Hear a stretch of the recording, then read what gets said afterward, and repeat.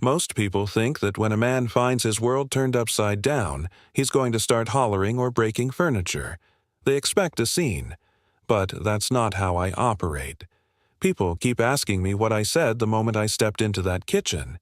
They want to know if I lost my cool, if I flipped the table, or if I just plain went crazy.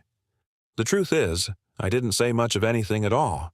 But by the time the sun started peeking over the horizon the next morning, what I'd done to my own son, well, most folks would call it cold a dark stained.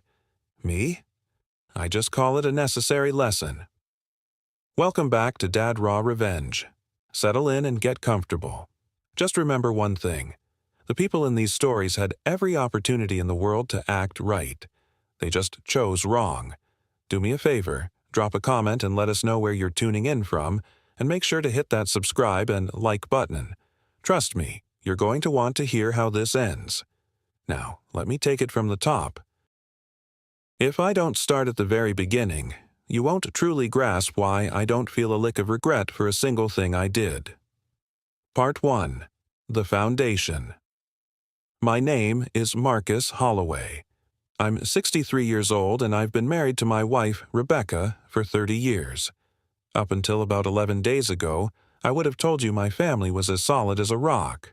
We weren't perfect, nobody's got a flawless life, but we were steady. We were the kind of solid you only get after decades of showing up every day, paying for things nobody bothers to thank you for, and loving people even when they make it damn near impossible to do so. Then there's my boy, Dominic. He's 29, a grown man with broad shoulders, a firm handshake, and a real good job. To be honest with you, a fair amount of his success came from doors that I personally opened for him, but we'll get into those details later. About 2 years ago, Dominic married into the Langston family. His wife is all right, a pleasant enough girl, I suppose. But her parents? Dale and Elaine Langston?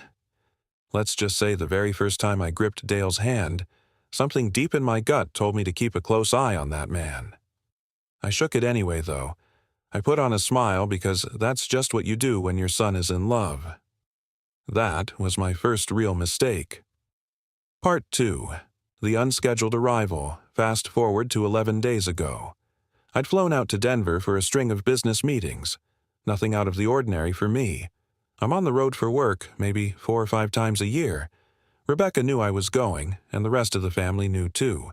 But what nobody realized, not even my wife, was that my final meeting on day 10 got scrapped. Now, I could have stayed put, explored the city, and ordered room service like a man with 0 responsibilities.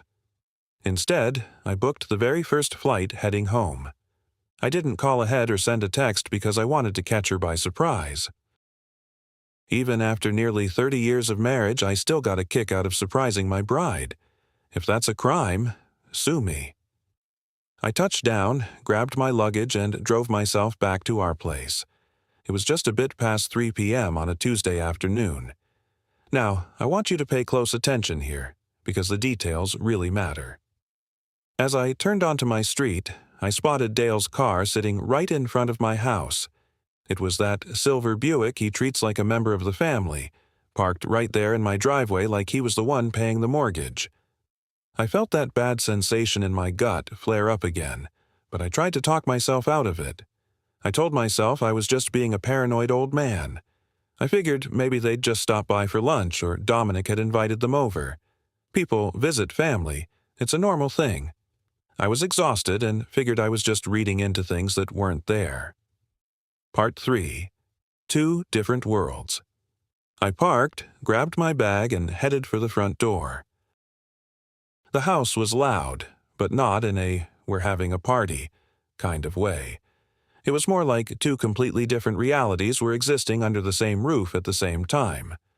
From the back of the house, coming from the direction of the kitchen, I could hear the sound of people having a grand old time. There was loud, easy laughter and the clink of dishes, the kind of relaxed conversation people have when they don't have a single care in the world. But from the living room? Nothing. It was the wrong kind of silence. I pushed the door open, and that's when I saw her. Rebecca wasn't just sitting on the floor, she was slumped there, her back pressed against the base of the sofa. Her legs were stretched out in front of her and her right hand was clamped tight under her nose. I looked at her white blouse and saw a stain I recognized the second I laid eyes on it. My stomach didn't just drop. It felt like it fell straight through the floorboards. It was a dark stain. Part 4. The Breaking Point. The moment I stepped inside, her eyes locked onto mine. Now, you've got to understand something. I've seen my wife well up during insurance commercials. I've seen her cry at other people's weddings, and I've seen her shed tears when a sad song comes on the radio because it reminds her of her mother. But in 30 years, I have never seen her look at me the way she did in that moment. It was the look of someone who had been desperately holding on, just waiting for a lifeline. It was like the second she saw my face, something inside her finally said, "Okay, he's here. You can let go now." That single image is what sealed the deal for everything that followed. I didn't lose my head. I want to be real clear about that. I'm not the kind of man who panics when things get ugly. I tossed my bag across the room, dropped down to one knee, and dialed 911 without a moment's hesitation. While the dispatcher was walking me through the steps, telling me how to keep her calm and upright while I checked her pulse and wiped a dark stain from her face with my bare hand, I could still hear them. Through the walls, from the kitchen, the laughter just kept coming. My 29-year-old son, Dale, and Elaine Langston were carrying on like they were at a fancy dinner party. They were acting like nothing in the world was wrong, while my wife was in serious condition on the living room floor just 11 feet away from them. I want you to really sit with that for a second. I really do, because I had to. Part 5. The Cold Stillness. The paramedics made it there in 8 minutes. 8 minutes that felt like 8 years of my life had passed. They were fast, professional, and had that calm demeanor people get when they've seen real emergencies and know exactly how to handle them. They started checking her vitals immediately. The lead medic, a young guy whose name tag said Carter, probably no older than 32, looked up from the dark-stained pressure cuff with an expression that told me the bad news before he even cleared his throat. "Mr. Jarrett," he said in a low, quiet voice, "your wife is in a hypertensive crisis. Her dark stain pressure is at a critically high level. This isn't something that just hit her out of the blue. It's been building up for a while. She needed medical attention long before this point." He said it professionally and clinically, without an ounce of accusation. I turned my head toward the kitchen where the laughter had finally died down. In that moment, I felt something shift deep inside me. That frantic, hot energy I'd been feeling just moments ago turned into something else entirely. I went very, very still. It was a cold feeling, actually. I didn't let go of Rebecca's hand until they lifted her onto the stretcher. Now that the house was quiet, it was time to find out exactly what kind of party my son had been hosting while his mother was in critical condition in the other room. She squeezed my hand, and I gave her 2 quick pulses back. That's been our little code for 27 years. It was my way of telling her I was there and I wasn't leaving. Then I stood up, smoothed out my jacket, and started walking toward the kitchen. Now, before I get into what happened next, you need to understand the kind of man I am. I'm not some loose cannon. I don't go around shouting, breaking furniture, or making a scene in my own home. But I am, without a shadow of a doubt, a man who handles his business. And, right then, business needed handling. Part 6. The Weight of the Room. A quick word. If you've been following along with these stories, do us a small favor and hit that subscribe button. A lot of folks listen in but never officially join the fold. It doesn't cost you a cent, but it means the world to us and helps us keep these stories coming. Thank you, truly. I've stepped into a lot of high-stakes rooms in my time. I've been in boardrooms where millions of dollars were resting on a single decision. I've sat in hospital waiting rooms while people I loved fought for their lives. I've been in courtrooms, churches, and stood over open graves. I've walked into rooms that changed the course of my life and rooms that didn't matter at all. But I'm telling you right now, nothing, and I mean nothing, ever felt quite like walking into my own kitchen that Tuesday afternoon. The laughter died out instantly. It was like someone had reached out and flipped a kill switch. The three of them were just sitting there, Dominic at the head of the table, Dale to his left, and Patrice to his right. They were surrounded by plates of food and glasses of sweet tea, looking for all the world like they had just enjoyed a perfectly pleasant lunch. They were acting like guests at a resort, while my wife was in serious condition on the floor just a few feet away. Part 7. The Power of Staying Calm. I just stood in the doorway. I didn't say a word at first. Over 63 years, I've learned that the most powerful thing a man can do when he's absolutely livid is to slow down. Every instinct in your gut tells you to speed up, to raise your voice, to move fast, to make them feel the weight of your anger. But being slow is a hell of a lot scarier. Slow means you're the one in control. Slow means you've already decided their fate, and nothing they say is going to change the outcome. So I stood there, quiet and deliberate, and I looked at my son. To his credit, Dominic stood up the moment he saw me. That told me everything I needed to know. You don't jump to your feet like that unless your conscience is already eating you alive. "Dad," he started. I just held up one finger. He went silent immediately. I turned my attention to Victor Langston. He was sitting there with his silver hair and that perfect tan, the kind of man who's never had a boss he didn't see in the mirror. He had his hands folded on my dining table like he was chairing a committee meeting. He looked comfortable. He looked like he belonged there. I stared him down for a long beat. Then I spoke. I kept my voice so low and steady it probably spooked them more than if I'd started screaming. "Get out of my house." Part 8. The Departure. Dale blinked, caught off guard. Patrice slowly set her tea glass down. Dominic tried to interject again. "Dad, just let me explain." "I'm not talking to you yet," I said, my voice still cold and measured. I looked back at the in-laws. I said, "Get out, both of you, right now." Dale shifted in his seat, trying to play the part of the rational, measured adult. He leaned in a bit and said, "Paul, I think if we all just take a breath here." I cut him off. "Dale, I didn't ask you to take a breath. I didn't invite you to have a conversation.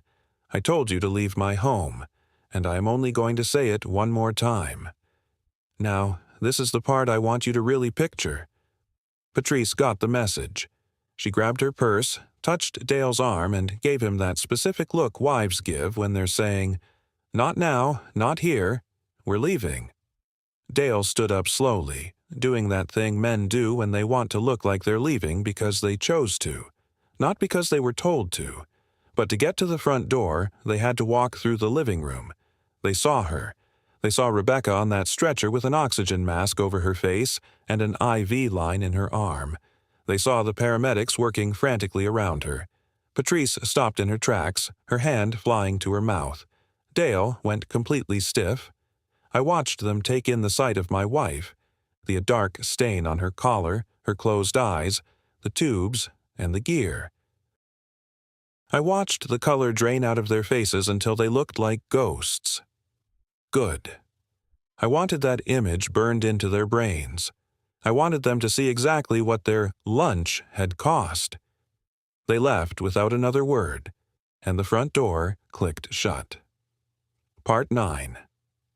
The truth comes out. Suddenly, the house was deathly quiet. It was just me and Dominic. He was still standing by the kitchen table, his jaw tight and his hands at his sides. He's always had his mother's eyes, and right then, those eyes were flickering between being defensive and being ashamed. I walked back into the kitchen, slow as ever, and sat down right across from him. I folded my hands on the table and looked him dead in the eye. "Sit down, Dominic." He sat. "Talk," I said, "and I want every single detail." He let out a long breath, rubbed his face, and started talking. "And I need you to stay with me here, because what my son told me over the next 4 minutes completely changed how I saw that entire afternoon." Dominic confessed that Dale and Patrice hadn't just stopped by. They had been planning this visit for 3 weeks, specifically waiting for a time when they knew I'd be out of town. They didn't come for tea, they came with paperwork. They had actual legal documents regarding a commercial property I own, a building I've had for 19 years. I'd always told Dominic it would be his one day, but Dale had decided one day needed to be right now. He'd been pressuring Dominic to sign documents that would start transferring control of that property to him, without my knowledge and without my signature. Just think about that. These people sat in my home, at my table, and tried to manipulate my son into signing away my hard work while I was 1,100 miles away and my wife was suffering in the next room. I kept my face like stone, but inside, a storm was brewing. "And your mother?" I asked quietly. "Where was she in all this?" Dominic looked down at the table. "She overheard us," he said. "She came into the kitchen about 40 minutes after they got here. She heard what Dale was pitching and, well, she wasn't having it, Dad. You know how she is. I've known exactly how she is for 30 years. She wasn't just my wife, she was the backbone of this family." She had looked Dale in the eye and told him flat out that the property wasn't Dominic's to give away. But as the argument heated up, Dominic's next words made my dark stain run colder than I ever thought possible. "What do you think Dominic said that finally pushed Paul over the edge?" Dominic told me his mother didn't hold back. She looked them dead in the eye and told them they had a lot of nerve coming into our home with those papers. Dale tried to steamroll her, and for the first time in a long time, Rebecca got loud. It was a back-and-forth shouting match for a few minutes until, suddenly, she just stopped. He paused there, looking at his feet. He told me she complained that her head was pounding and she felt dizzy. She excused herself to go lie down in the living room. Dominic said he thought about checking on her, he really did, but then Dale started talking again. He got sucked back into the conversation. Then he got pulled in deeper, and deeper. He couldn't even finish the sentence. He didn't have to. Part 10. The Realization. I sat there and let those words hang in the air. The kitchen was so quiet I could hear the paramedics in the next room talking in those low, urgent tones they use. I could hear the wheels of the stretcher clicking across my hardwood floors. "Let me make sure I've got this straight," I said. My voice had changed. It was lower, flatter. I saw Dominic straighten up in his chair like he'd been poked with a cattle prod. "Your mother told your father-in-law, in her own house, that he was out of line. He shouted over her. Things got heated. She told you she felt sick and you just went back to the kitchen?" Dominic didn't say a word. "You went back to the kitchen," I repeated. I wasn't asking a question. I was just laying a fact out on the table like a piece of evidence neither of us could ignore.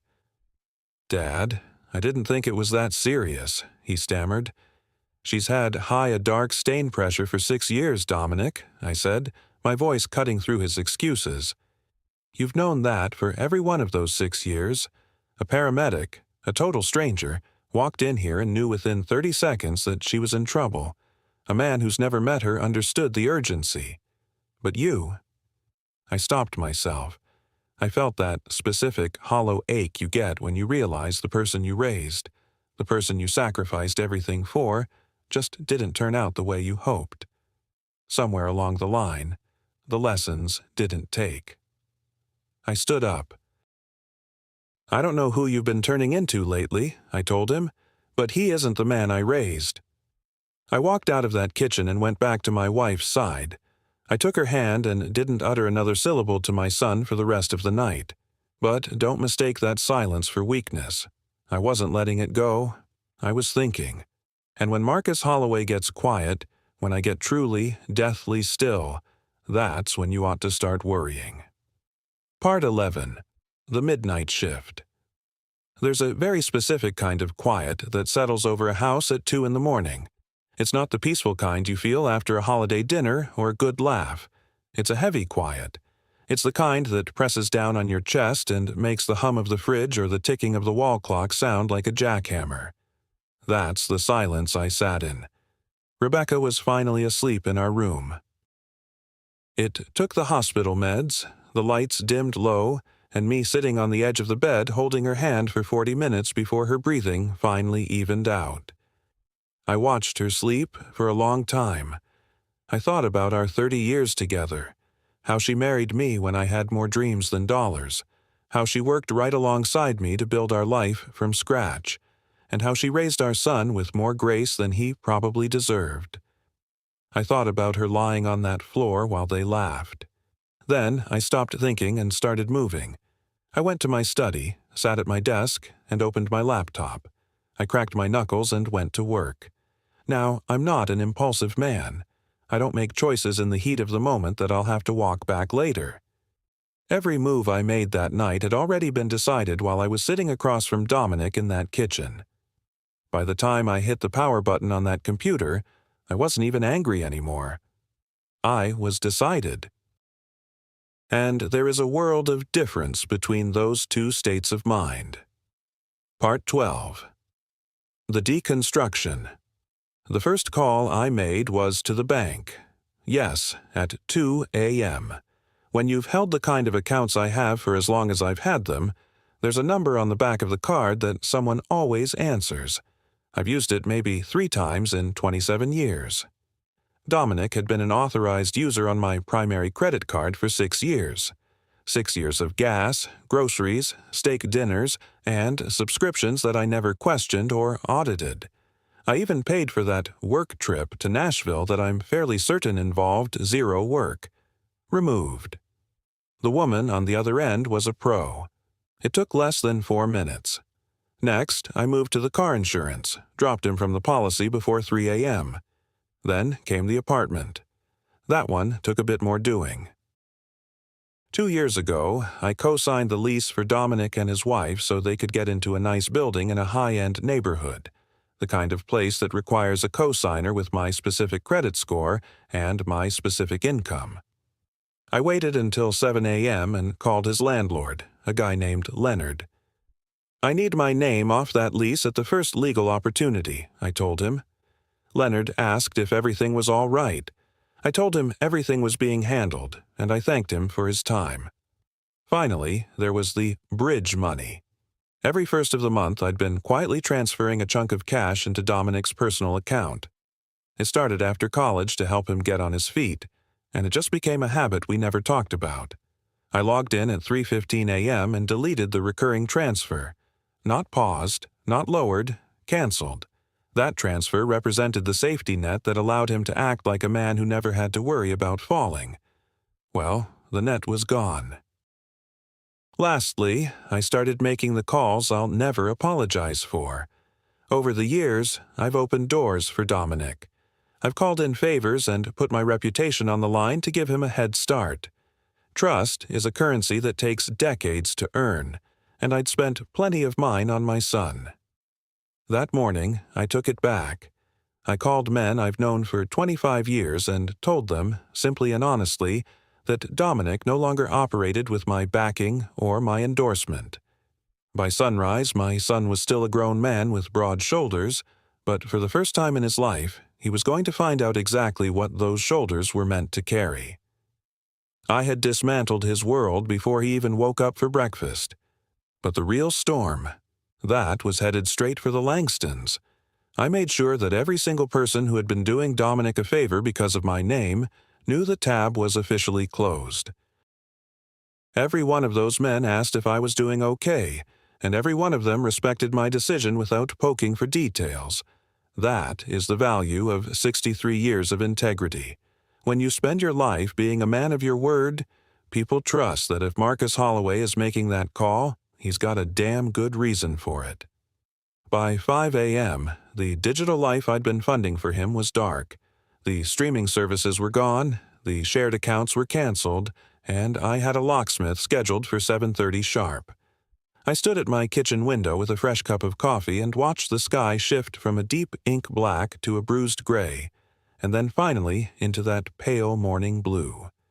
It's a color that shows up whether you're ready for the day or not. I couldn't help but think about Victor Langston. I'd bet my house he wasn't sleeping either, probably sitting there wondering what his next move was. Well, he can wonder all he wants. As for that property he tried to manipulate my son into signing over, I'd already left a voicemail for my attorney at 6 a.m. My message was short. I told him we're restructuring the Garrett Street property to be ironclad and completely untouchable.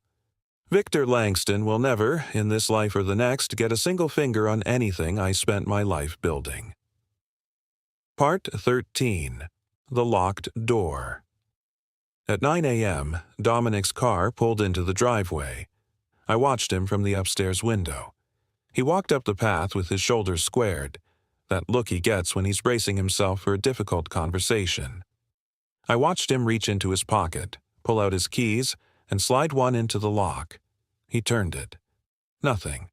He tried it again, a bit harder this time. Then he just stood there, perfectly still, as the reality of the situation started to sink into his bones. When he realized his phone was dead, he trudged over to the neighbor's place. I saw Judith Harper come to the door looking concerned as she handed him her phone. A moment later, my own phone buzzed with Barbara's number. I picked up. The silence on the other end lasted a long time. When he finally spoke, that defensive, arrogant tone was gone. What was left was something raw. He sounded like the boy he used to be before the Langstons started molding him into something else. I didn't break the silence. I let him sit in it. "You let your mother lie there on that floor, Dominic," I finally said. "You knew her health. You knew what that kind of stress does to her. And when she needed her son the most, you chose to walk back to that kitchen table for a business deal." He didn't say a word. I could just hear the sound of his breathing on the other end of the line. "I love you," I told him. "I will always love you. But love isn't the same thing as access. Right now, every door I've ever kept open for you is locked." "For how long?" he asked, his voice barely a whisper. "Until you've turned into the kind of man who doesn't have to ask me that question." I hung up. Part 14. The Final Word. I walked back into the bedroom. Rebecca was awake, propped up against the pillows with the morning light washing over her face. She looked exhausted, but she looked like herself again. My wife was back. She looked at me for a long beat and asked softly, "Is everything okay?" I sat down on the edge of the mattress and took both of her hands in mine. I looked at her the way you look at someone you almost lost, with a heavy kind of gratitude. "Everything," I said, "is handled." She searched my eyes for a second, then nodded slowly and rested her head on my shoulder. Outside on the neighbor's porch, my son was sitting on the steps with a dead phone, a declined credit card, and a key that didn't work. He was finally standing in the middle of the life he'd built for himself, without my help to prop it up. Some people are going to hear this and tell me I was too hard on the boy. Maybe I was. But I watched a total stranger in a paramedic uniform treat my wife's life with more urgency than the man I raised. That night, I realized the greatest act of love I had left for Dominic wasn't to keep supporting him. It was to let him feel exactly what it costs when the doors finally close. He'll either grow from this or he won't. But Rebecca is alive, she's safe, and she's home. And as far as I'm concerned, that's the only thing that matters. That was the day I saved my wife and lost my son. Or maybe it was the day I finally gave him a chance to find himself. Only time will tell. If this story hit home for you, join our community by hitting that like button and subscribing for more real, raw stories about family and justice. Share this with someone who needs to hear it, and as always, thanks for being here. I'll see you on the next one.